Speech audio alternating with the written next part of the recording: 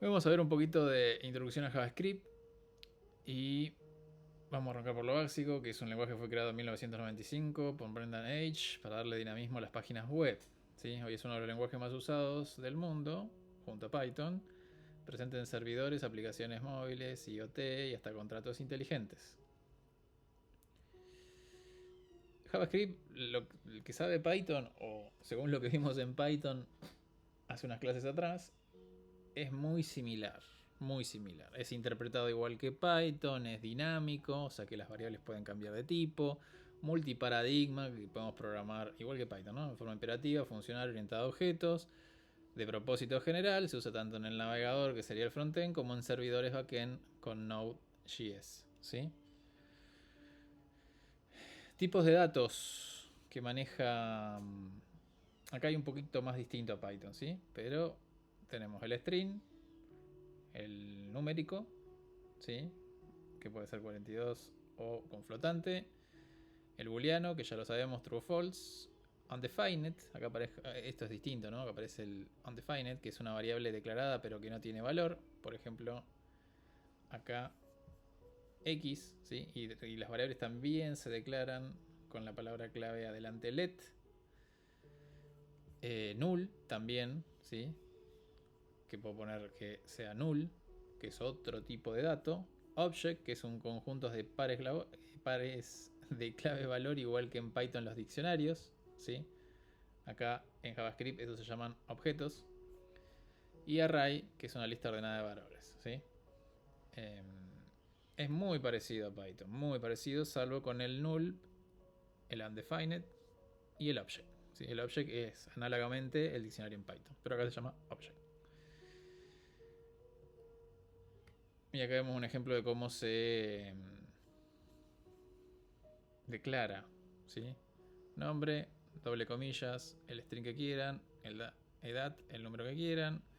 Esto es lo mismo, un booleano, un arreglo de string y un objeto que tiene los atributos nombre y edad y los valores de gema y 35. ¿Sí? Y después el análogo, vamos a decirlo así para que se entienda, del print en Python es el console.log. ¿Sí? Y podemos usar el tie-off y le pasamos el nombre de la variable y nos va a devolver de qué tipo es. If y for, si se fijan, es muy parecido a Python, nada más que tenemos llaves, ¿sí? Eh, la condición es igual, el operador lógico, mejor dicho, perdón, es igual. Y el for, esto sí, en Python no lo tenemos de esta manera, lo usamos con un range cuando queremos iterar, pero esto es muy parecido a Java. Y creo que Java a esta altura vimos todo en la carrera, ¿sí? Se declara una variable temporal dentro del for, que es la que se utiliza hasta que esta condición sea falsa. Si es verdadera, entra, ejecuta lo que está dentro del for e incrementa en 1 la variable temporal del for. ¿Sí? No es mucho más que eso. A diferencia de Java, que acá necesitamos poner la palabra clave let, ¿sí? Porque es una variable. Bien, el switch acá sí es distinto a Python, pero muy parecido a otros lenguajes que hemos visto en la carrera, que es simplemente el switch con el valor de una variable, ¿sí? Depende de lo que valga la variable, va a entrar a distintos bloques case, ¿sí? Entonces, si el día es lunes, va a entrar aquí. Obviamente, veamos esta anotación, ¿no? Dos puntos, console log, la lógica de que queremos hacer del bloque del caso S. Y al final tenemos que hacer un break, ¿sí? La palabra clave break. Lo mismo viernes. Y default, que está acá, que es opcional, es si no entra ninguno de estos casos, va a entrar, bueno, sería como un else, ¿sí? Va a entrar sí o sí a default, que no es obligatorio, es opcional. Bueno, el while do while.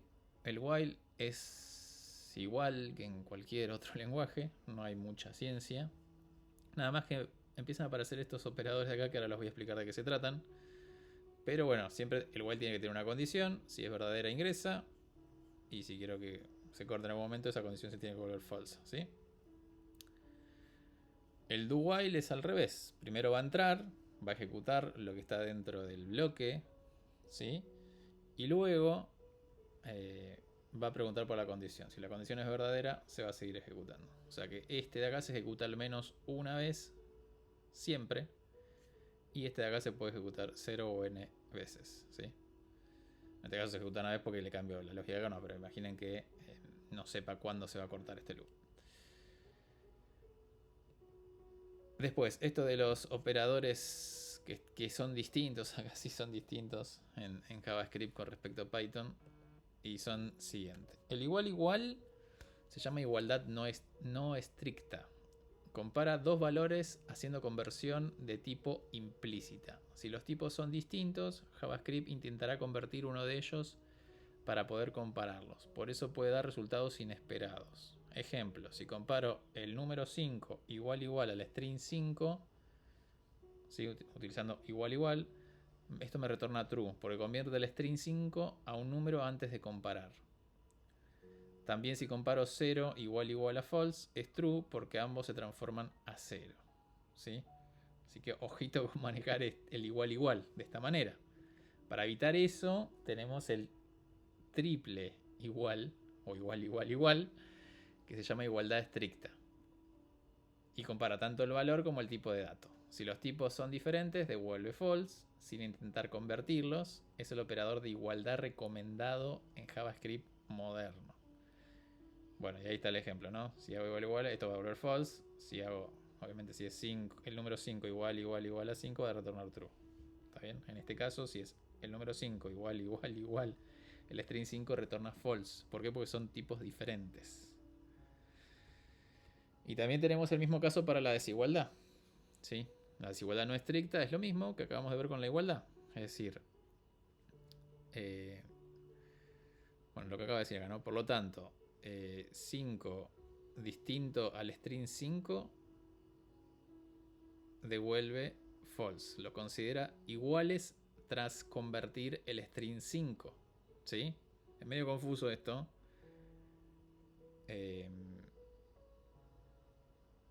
Pero no son distintos por la desigualdad no estricta. ¿Se entiende, no?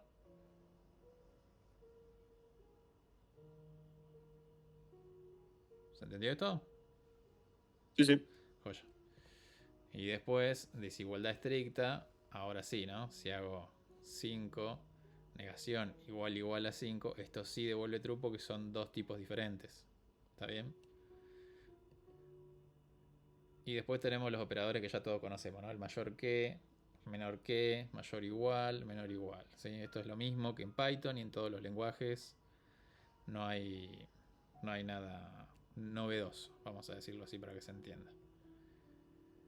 Y después, cuando se comparan objetos, ¿sí? En JavaScript no compara por contenido, sino por referencia de memoria. Dos objetos diferentes, aunque tengan los mismos valores internos, se consideran distintos. Por ejemplo, A2.1 igual a A2.1. Esto da false, ¿sí? Si son iguales, o sea, van a ser solo iguales si apuntan al mismo lugar de memoria. Y para entender un poco esto de operadores lógicos, yo se los comento cuáles son distintos, pero vamos a usar siempre el triple igual. O sea, vamos a usar siempre, eso van a estar ustedes, ¿no? Pero conviene hacerlo así para evitar errores raros, vamos a decirlo. Y la negación doble igual para, bueno, para evitar todo lo que es conversión, ¿sí? Y los números de string, los operadores lógicos clásicos. Y bueno, y recuerden que los objetos y los arrays se comparan por referencia, no por contenido. Siempre por referencia va a ser. Ahora pasamos a funciones, ¿sí? La función, ¿cómo se crea una función? Fácil. Nombre de la función, palabra clave previo de function adelante. Paréntesis, donde acá podemos poner argumentos o no. Llaves y el código que querramos dentro de la función que se ejecute, ¿sí? ¿Cómo la llamo? Con el nombre de la función. Paréntesis, y si tuviera argumentos le paso los argumentos. Paso de parámetros. Tenemos por valor y por referencia. En JavaScript los tipos primitivos, que es string, number, boolean, undefined, null, symbol y big int, se pasan por valor Y los objetos y arrays se pasan por referencia. Ya a esta altura ya entendemos qué significa pasar por valor y por referencia, ¿no? No es necesario que lo explique. ¿O sí? Sí. Bien. No. Sí. Bien. Entonces, si se fijan acá, llamo a saludar y le estoy pasando un string, que es un dato primitivo, por lo tanto se va a hacer una copia. No se va a... No, perdón, me adelanté. Es la próxima. Acá estoy mostrando distintos tipos de funciones. Pero bueno, me adelanté, ¿no? Obviamente si yo modificaría el string acá, no se vería modificado. Pero vamos acá. Bueno, esto es cómo se usa con un parámetro, no importa. Retorno de valores, uso la palabra clave return, ¿sí? Y... Bien, acá está aclarado, bien. Acá somos resultado, paso dos valores y me da resultado. Si no incluye return, la función devuelve undefined. Eso también tengámoslo en cuenta, ¿sí? Si mi función, por ejemplo, saludar, no tiene return y yo me guardo en una variable la función, lo que retornaría la función saludar, retorna undefined, ¿sí? Ahora sí, vamos con el tema de los datos primitivos por valor. Es decir, que se copia, ¿sí? En este caso, fíjense, la función duplicar recibe x y hace x igual a x por 2. Esto es igual que en todos los lenguajes, ¿sí? Y hace la impresión de x. Después acá defino una variable con valor 10, llamo a duplicar 10 y hago la impresión de esta variable número acá. Como si hizo una copia, obviamente no se modifica. Y dentro, ¿sí? Imprime 20 y acá fuera imprime 10, ¿sí? Pasaje por valor. Por referencia, y está bueno este ejemplo porque podemos ver cómo se acceden a los atributos del objeto con el punto, ¿sí? Función cambiar nombre, le paso a una persona y dice que persona.nombre es igual a Lucía, ¿sí? Se crea un usuario con nombre Emma, paso a cambiar nombre y luego imprimo el nombre. Y acá sí voy a tener la modificación, ¿por qué? Porque se está pasando por referencia porque es un objeto. Y acá sí, esto es lo nuevo, o sea, lo nuevo. No sé cómo decirlo, lo nuevo en esta cursada. En comparación a otros lenguajes que tenemos lo que Java lo denomina funciones flecha o raw functions, ¿sí? Son una forma más concisa de escribir funciones. La sintaxis es paréntesis, flecha, corchetes. Vamos a ver un ejemplo de esto. Por ejemplo, bueno, obviamente la palabra clave cons ahí, que decir que es una constante, podría ser una variable tranquilamente. Ya sabemos la diferencia entre variable y constante, ¿no? Una vez que define una constante no va a poder ser modificada y una variable sí va a poder ser modificada, por eso se llama variable, ¿sí? Y fíjense, define la arrow function, ¿sí? Con nombre, o sea que va a recibir un parámetro nombre y dentro de las llaves el cuerpo de la función, que en este caso hace la impresión del nombre, nada más, ¿sí? Según lo que vimos hasta ahora, perdón, y me la guardo en una constante. Entonces, ¿cómo la utilizo y cómo la llamo? Con la constante y le paso el valor que quiero, ¿sí? Si tienen una sola línea y devuelven un valor, pueden escribirse sin return ni llaves. Por ejemplo, bueno, acá me lo guardo en una constante y acá me guardo el resultado, ¿sí? Perdón, el llamado de la función en una variable. Acá en una constante y acá en una variable. Entonces acá lo mismo, va a recibir un parámetro, ese parámetro no hace falta en las llaves, ¿sí? Porque es una sola línea. Hace x por x. Y después llamo a la función de esa manera. Son muy utilizadas en código moderno, ya lo vamos a ver más adelante, y en funciones anónimas o callbacks. Claramente esto tira hacia funciones anónimas, ¿sí? Bien, para ejecutar código script fuera del navegador, porque no vamos a ver eso, ¿sí? Se usa Node.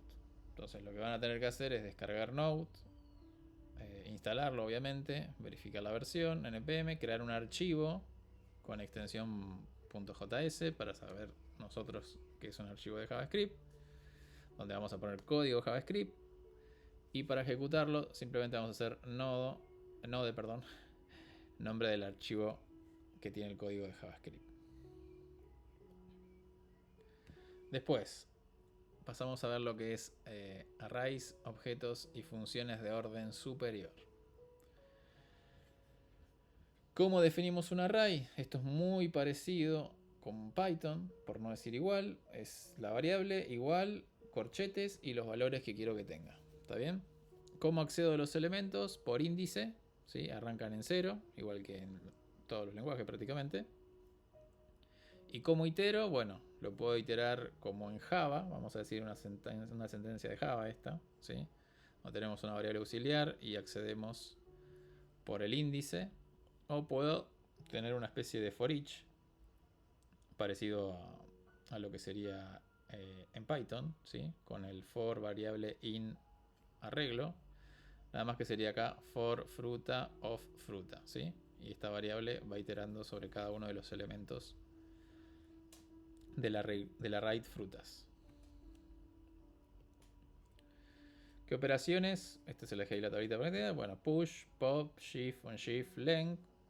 Bueno, push y pop es el más conocido de todos. Shift elimina el primero. Unshift agrega el inicio. Y el length devuelve la cantidad de elementos. Las más utilizadas, obviamente hay más, ¿sí?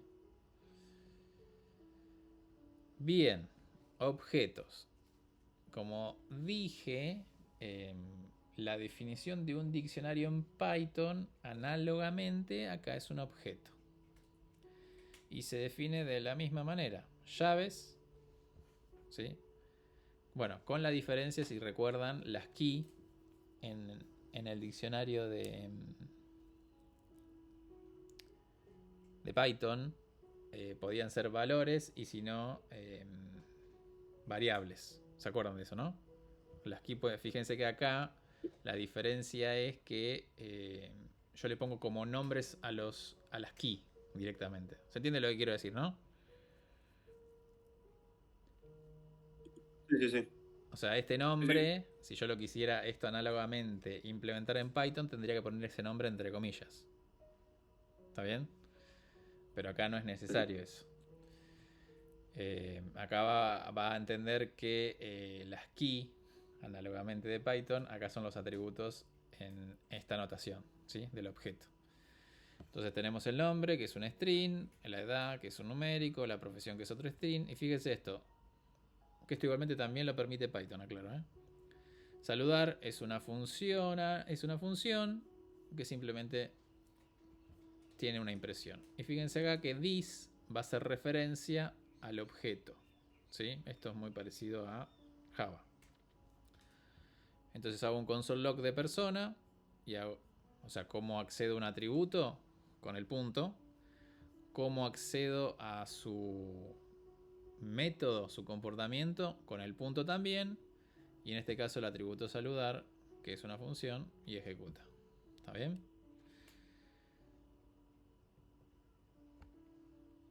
Bien, puedo acceder, esto sí, igual que Python, puedo acceder con la notación entre corchetes y el nombre del atributo, ¿sí? Y para modificar un atributo simplemente hago la variable del objeto punto atributo igual y se pisa el valor que tenga, ¿sí? Lo mismo acá en ciudad. Y para eliminar una propiedad o un atributo del objeto se usa la palabra clave delete y en este caso eliminaría la profesión. Funciones de orden superior.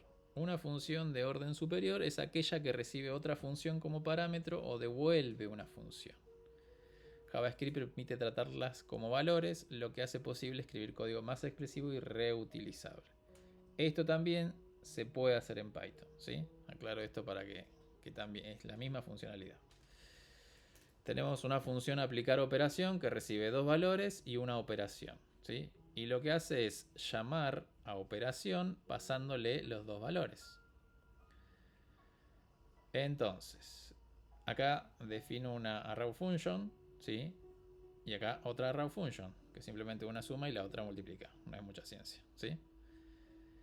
Llamo a aplicar operación, le paso dos valores y le paso la arrow function. ¿Se entiende? Sí, sí.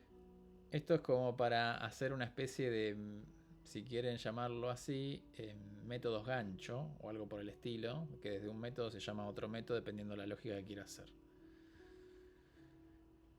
Bien, métodos funcionales de los array, que esto también están, ¿sí? Sobre un array yo puedo hacer un for each, y acá tengo una raw function, y entonces itero directamente sobre los elementos del arreglo.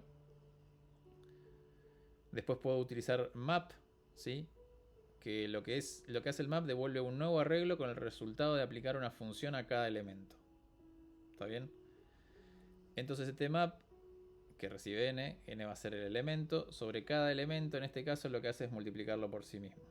¿Está bien? Pero acá tranquilamente podía ser otra función de conversión. Y me retorna ese resultado en otro arreglo, que en este caso me lo guarda en la variable cuadrados, y luego la impresión. Después tenemos el filter, que creo que la palabra lo dice, va a filtrar por una condición, en este caso se queda con los pares, ¿sí? Del arreglo. Y después tenemos el reduce, que lo que hace es acumular, ¿sí? Es como un acumulador de valores, ¿sí? Por ejemplo, en este caso lo que hace es hacer la suma total. ¿Se entiende todo? Sí, sí, por ahora. Joya.